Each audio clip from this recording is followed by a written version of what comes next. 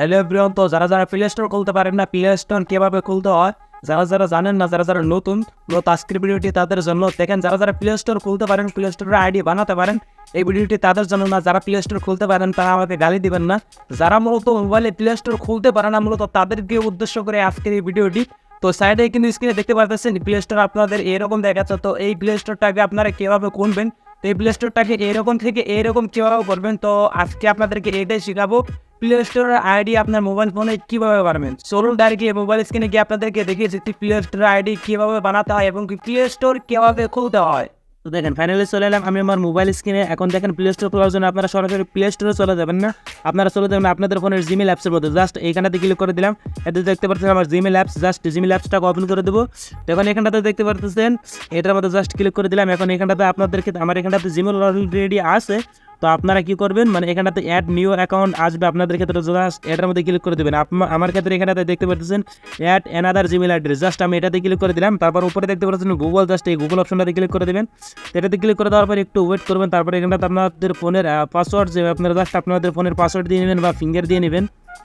তো আমি আমার ফোনের লকটা দিয়ে নিলাম। তারপর দেখতে পাচ্ছেন এটা প্রসেসিং হচ্ছে, ঘুরতেছে, একটু ওয়েট করবেন, আপনারা একটু ওয়েট করুন। তারপর দেখতে পাচ্ছেন এরকম একটা ইন্টারফেস চলে এসেছে। তো আপনারা জাস্ট কি করবেন, এখানে দেখতে পাচ্ছেন ক্রিয়েট অ্যাকাউন্ট, জাস্ট ক্রিয়েট অ্যাকাউন্টে ক্লিক করে দিবেন। তারপর এখানটাতে দেখতে পাচ্ছেন উপরে দেওয়া আছে for my personal use, just এটাতে ক্লিক করে দেবেন। এটাতে ক্লিক করে দেওয়ার পর একটু ওয়েট করবেন। তারপর এখানটাতে আপনাদের নাম দিবেন। তো জাস্ট আমি একটি নাম দিয়ে নিচ্ছি আমার। তো দেখতে পাচ্ছেন এখানটাতে আমার নাম আমি দিয়ে নিয়েছি। তারপর জাস্ট এখানটাতে নেক্সটে ক্লিক করে দেবো। নেক্সটে ক্লিক করে দেওয়ার পর একটু ওয়েট করবেন। তারপর এখানটাতে দেখবেন আপনাদের ডেট অফ বার্থ দিতে বলবে, জাস্ট আপনাদের একটি ডেট অফ বার্থ দিয়ে নেবেন। তা আমি দিয়ে নিচ্ছি। তো আমি জাস্ট এখানটাতে একটি ডেট অফ বার্থ সিলেক্ট করে দিলাম। তারপর নিচে দেখতে পাচ্ছেন জেন্ডার, জাস্ট জেন্ডার সিলেক্ট করে দেবেন আপনি ছেলে নামে। জাস্ট ছেলে হলে মেল আর মেয়ে হলে ফিমেল, জাস্ট আমি যেহেতু ছেলে তাই মেলে ক্লিক করে দিলাম।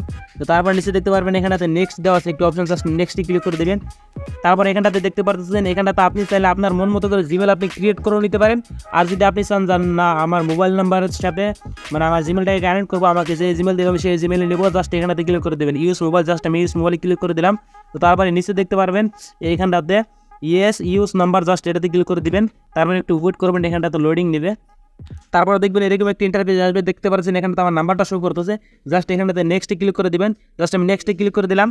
তো নেক্সটে ক্লিক করে দেওয়ার পর এরকম একটা ইন্টারফেস চলে আসবে, জাস্ট একটু নিচে টানবেন। এখানটাতে দেখতে পাচ্ছেন আই এগ্রি, জাস্ট আই এগ্রিতে ক্লিক করে দেবেন। আই এগ্রিতে ক্লিক করে দেওয়ার পর এখানটাতে আপনাদের পাসওয়ার্ড দিতে বলবে। তো আপনারা জাস্ট আপনাদের জিমেলের জন্য একটি স্ট্রং পাসওয়ার্ড কিন্তু দিয়ে নেবেন। তো আমি একটি স্ট্রং পাসওয়ার্ড আমার জিমেলের জন্য দিয়ে নিচ্ছি। তো তারপরে দেখবেন এরকম একটি ইন্টারফেস শো হবে, দেখতে পাচ্ছেন এখানটাতে আমার জিমেলটা কিন্তু ক্রিয়েট করে দিয়ে দিয়েছে। তো এই দেখতে পাচ্ছেন সুলতান আলী উপরে আমার নাম্বার। তো নিচে দেখতে পাচ্ছেন আমাকে একটি জিমেল দিয়ে দিয়েছে। তো তারপর একটু নিচে দেখতে পারবেন আপনার নেক্সট, জাস্ট আপনারা নেক্সটে ক্লিক করে দেবেন। নেক্সটে ক্লিক করে দেওয়ার পর একটু ওয়েট করবেন। তারপর একটু নিচের দিকে টানবেন, একটু নিচের দিকে টানার পর এখানটাতে দেখতে পারবেন আই এগ্রি, জাস্ট আপনারা আই এগ্রিতে ক্লিক করে দেবেন। আই এগ্রিতে ক্লিক করে দেওয়ার পর একটু ওয়েট করবেন। উপরে দেখতে পাচ্ছেন লোডিং নিচে, একটু জাস্ট ওয়েট করে যাবেন। তো তারপর দেখতে পারবেন এরকম একটি ইন্টারফেস চলে আসবে, দেখতে পাচ্ছেন আমার অলরেডি আমার জিমেলটা কিন্তু ক্রিয়েট হয়ে গেছে। এতে নিচে দেখতে পাচ্ছেন সুলতান আলী, এটা কিন্তু জাস্ট আমি জিমেলটা ক্রিয়েট করলাম। তো এই জিমেলটা ক্রিয়েট হয়ে গেছে আমার।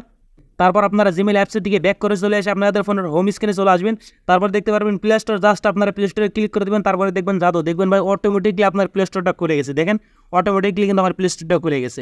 দেখেন অটোমেটিকলি প্লে স্টোরটা কীভাবে খোলো, অটোমেটিকলি প্লে স্টোরটা খোলার কারণ হচ্ছে প্লে স্টোর থেকেও কিন্তু আপনাকে জিমেল আইডি বানাতে হয়।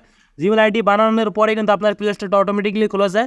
আর আপনি যদি প্লে স্টোর থেকে জিমেল না বানিয়ে জিমেল অ্যাপসের থেকেও জিমেল বানান, তারপরেও কিন্তু আপনার প্লে স্টোরটি অটোমেটিকলি খুলে যাবে। প্লে স্টোর থেকে জিমেল বানানোর যে প্রসেস, জিমেল অ্যাপসের দিকে জিমেল বানানোর সেই সেমই প্রসেস। তো আপনি জিমেল অ্যাপসের দিকে যদি জিমেল অ্যাকাউন্ট ক্রিয়েট করেন আপনার ফোনে, তারপর আপনার ফোনে প্লে স্টোর অটোমেটিকলি খুলে যাবে।